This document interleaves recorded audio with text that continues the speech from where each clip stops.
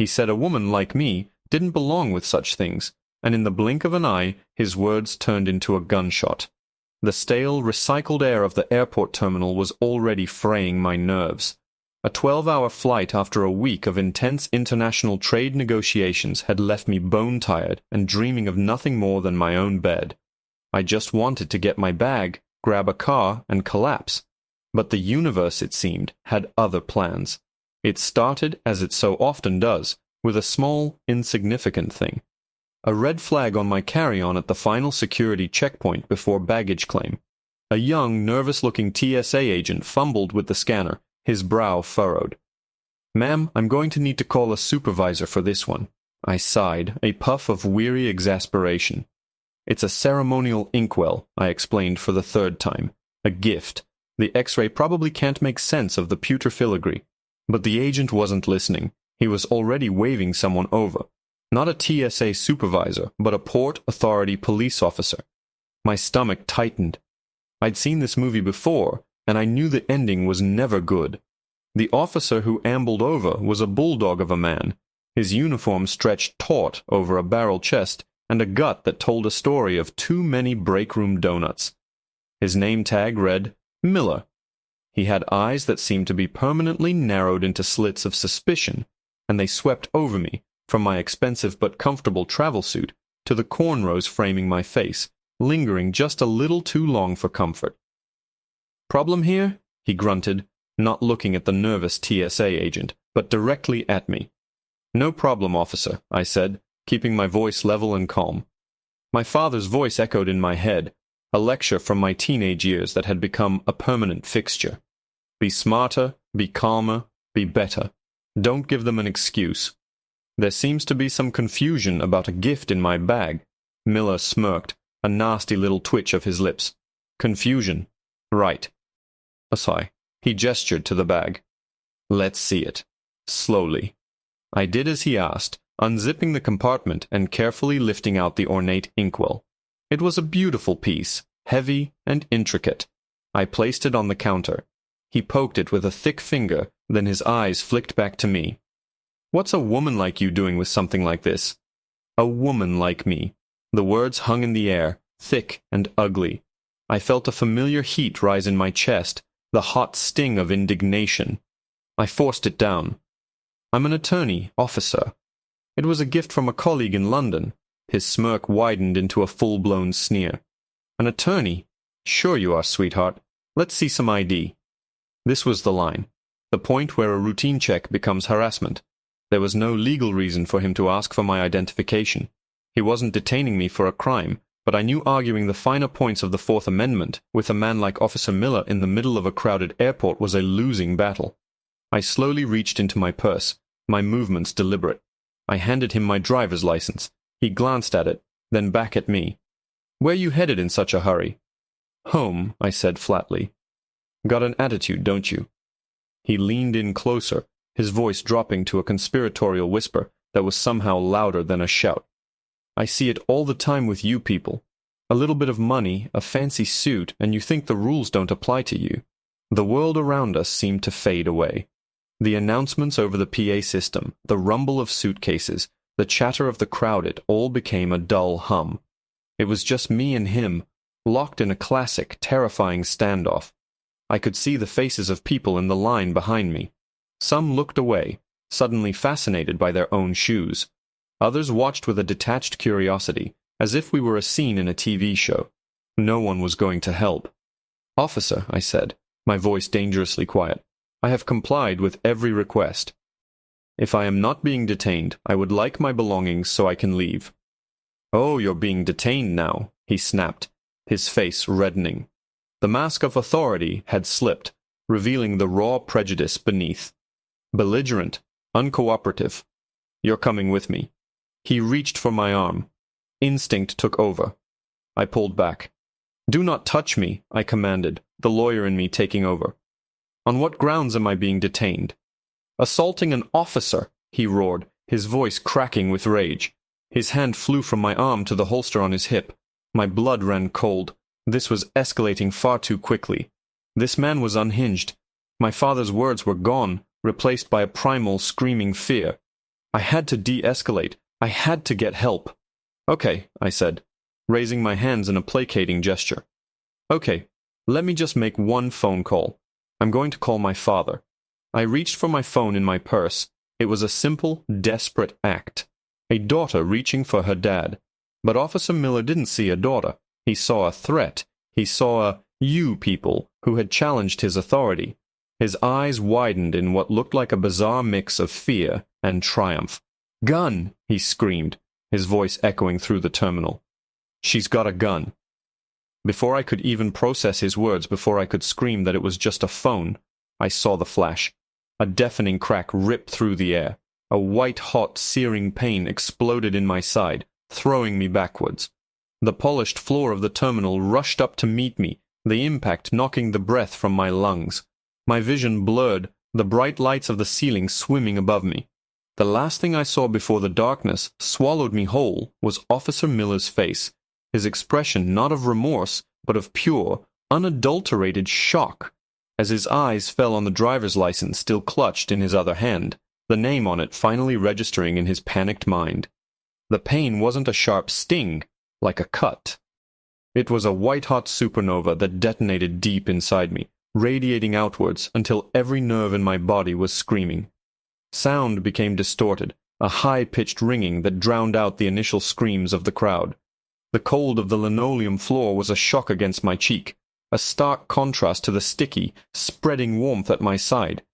I tried to draw a breath to scream, to curse, to say something, but my lungs refused to cooperate. All that came out was a wet, rattling gasp. Through the watery haze of my vision, I saw chaos erupt. People were scrambling, a stampede of rolling suitcases and panicked shouts. But my focus was on him, Officer Miller. He stood frozen for a beat, the gun still smoking in his hand, his face a mask of disbelief. He looked down at the license, then at my face on the floor, then back at the license. The cogs were turning, slow and rusted, in his terrified mind. The name, my name, Thorne. Another officer, younger and leaner, was suddenly at his side, grabbing his arm. "Miller, what did you do? What the hell did you do?" She reached for something," Miller stammered, his voice high and reedy with panic. "I thought it was a gun. She was being aggressive. I feared for my life." The words were rote, rehearsed, the standard-issue excuse from a playbook I knew all too well. The younger cop pointed a shaking finger at the object that had clattered from my hand and now lay a few feet away. My cell phone, its screen shattered into a spiderweb of glass. "That's a phone, you idiot. You shot her over a phone." Then the younger cop's eyes fell on the ID in Miller's hand. He snatched it.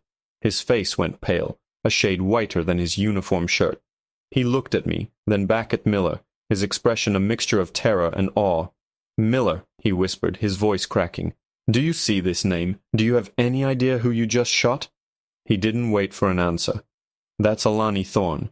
You just shot the Attorney General's daughter." The name dropped into the chaos like a bomb, silencing the immediate vicinity. The air shifted. The frantic energy didn't die down. It focused. On me. The detached curiosity of the onlookers morphed into horrified fascination. I was no longer just some black woman who got shot by a cop. I was a headline, a crisis, a career-ending catastrophe lying in a pool of her own blood. Faces in blue uniforms, the paramedics, loomed over me. Their movements were swift, professional. A woman with kind eyes and steady hands was pressing something hard against my side. The pain flared, and a groan escaped my lips. "Ma'am? Miss Thorne? Can you hear me? My name is Sarah. We're going to get you out of here." The use of my name, the respectful tone, it was a courtesy I knew, with sickening certainty, I wouldn't have received 10 minutes earlier. They were cutting away my blazer, my silk blouse. Cold air hit my skin. I heard medical jargon being thrown around exit wound, blood pressure dropping, shock. I felt a prick in my arm. My eyelids felt like lead weights. "Don't close them," I commanded myself. "Stay awake. Be a witness." As they lifted me onto the gurney, the world tilted on its axis. My head lolled to the side, and through the forest of legs and rolling equipment, my gaze landed back on the security checkpoint. Back on Officer Miller. He was no longer the center of attention. The younger cop was talking to a grim-faced superior, pointing animatedly. Miller was standing off to the side, near my overturned purse, its contents spilled across the floor. He thought no one was looking at him. He thought in the swirling panic his small movements would go unnoticed. But I saw him. With a clarity that cut through the fog of pain, I saw him bend down, pretending to gather my things. I saw his foot subtly, deliberately, kick my ornate pewter inkwell, the very object that had started this whole nightmare, so that it slid under the metal lip of the baggage scanner, out of the immediate line of sight. He was sanitizing the scene, removing the confusing object, simplifying the narrative to just a non-compliant woman reaching for a black, metallic object in her purse. Then, as if he could feel my gaze, his head snapped up. His eyes, those narrow slits of hate, and now pure, animalistic fear, locked with mine across the crowded terminal. A jolt went through me that had nothing to do with my injury. There was no remorse in his face, only calculation. A silent, chilling message passed between us. He knew I had seen him, and I knew with a certainty that was more terrifying than the bullet wound in my side that he wasn't just going to let me be a witness. He was going to make sure my story would never be heard. The ride in the ambulance was a blur of siren wails and frantic voices. Every bump in the road sent a fresh wave of agony through my body. When we reached the hospital, the controlled chaos of the ER swallowed me whole. I was a collection of symptoms, a gunshot wound to be stabilized. But beneath the pain and the fog of the drugs they were pumping into me, my mind was unnervingly clear. A lawyer's mind. I was already building my case. The inkwell, the shattered phone, the younger officer's horrified face, and Miller's eyes, full of calculated malice. When I finally woke up in a private room, the first face I saw was my father's, Attorney General Marcus Thorne. To the world, he was a formidable, imposing figure. To me, he was just Dad. But today, the lines were blurred. The look on his face wasn't just a father's grief.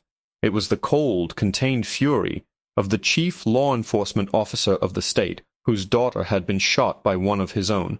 He clasped my hand, his grip gentle but firm. "Alani," he said, his voice thick with emotion he rarely showed. "The doctors say you're going to be okay. The bullet went clean through. You were lucky." I shook my head, a small, painful movement. "It wasn't luck," I rasped, my throat raw. "It was incompetence, and it wasn't the whole story. I didn't let him soothe me. I didn't have time. Dad, listen to me. This is important." I saw the lawyer in him click into place, his eyes sharpening. "Officer Miller, he's building a narrative that I was a threat, that he feared for his life. His union rep is already making the rounds on the news channels," my father said, his voice a low growl. "Of course he is," I whispered. "But he made a mistake. He tampered with the scene. There was a pewter inkwell, a gift. That's what started it all. When they were wheeling me away, I saw him kick it under the security scanner at checkpoint C4. He was hiding it. Get your people there now. Treat that entire terminal as a crime scene. Seize all surveillance footage. All of it." My father was already pulling out his phone, his thumb flying across the screen as he dictated a text. "There's more," I pressed on, my voice gaining a bit of strength. "There was another officer with him. Younger. He saw everything. He saw my phone. He saw the ID. He knows Miller is lying. He was scared, Dad. He's the weak link. Find him. Squeeze him before Miller or his union gets to him and teaches him how to forget." For the next hour, my hospital room became a command center. While doctors checked my vitals, my father, the Attorney General, was on the phone, his voice a calm, deadly weapon. He dispatched the State Investigation Bureau, overriding the Port Authority's jurisdiction. He put a legal cordon around the terminal. Every word he spoke was a nail being hammered into Officer Miller's coffin. The break came 3 hours later. A lead investigator, a woman with tired eyes and an iron jaw, came into my room with my father. "Ms. Thorne," she said, her tone respectful. "We found it. The inkwell. Exactly where you said it would be, tucked under the scanner. It wasn't logged into the chain of evidence by the initial responding officers." She paused. "We also pulled Officer Miller's body cam footage. It malfunctioned right before the encounter, but the terminal's high-definition cameras didn't." She held up a tablet. And the younger officer, he's giving a full statement. He confirmed everything. He said Miller called you one of those people, and that the escalation was entirely one-sided. A profound, bone-deep relief washed over me, so potent it almost hurt as much as the wound. He hadn't won. His hate, his lies, they weren't going to be the final word. The news broke that evening. Officer Miller was arrested, charged not just with aggravated assault and reckless endangerment, but with tampering with evidence and filing a false report. His sneering face was plastered across every screen. No longer a man in control, but a common criminal in handcuffs. My recovery was long, but my resolve hardened with every physical therapy session. I'd spent my career negotiating trade deals, working in the clean, sterile world of corporate law. But lying in that hospital bed, I realized that my father's lectures weren't just about survival. They were a call to action. I had the suit, the education, the name, the very things Miller had despised me for, and I would use them all. 6 months later, I stood at a podium, my father standing behind me. The scar on my side was a dull ache, a permanent reminder. The inkwell, no longer a piece of evidence but a symbol, sat on my desk at home. I wasn't there as a victim. I was there as the new head of the governor's task force on police accountability and reform. I looked out at the sea of reporters and cameras, my voice clear and steady. There are those who believe a badge grants them the authority to be judge, jury, and executioner, I began, my gaze unflinching. They are wrong. Today we begin the work of reminding them that they are public servants, not overlords, and that every action has a consequence. I had survived a man like Miller, and I would spend the rest of my career making sure no one else would have to.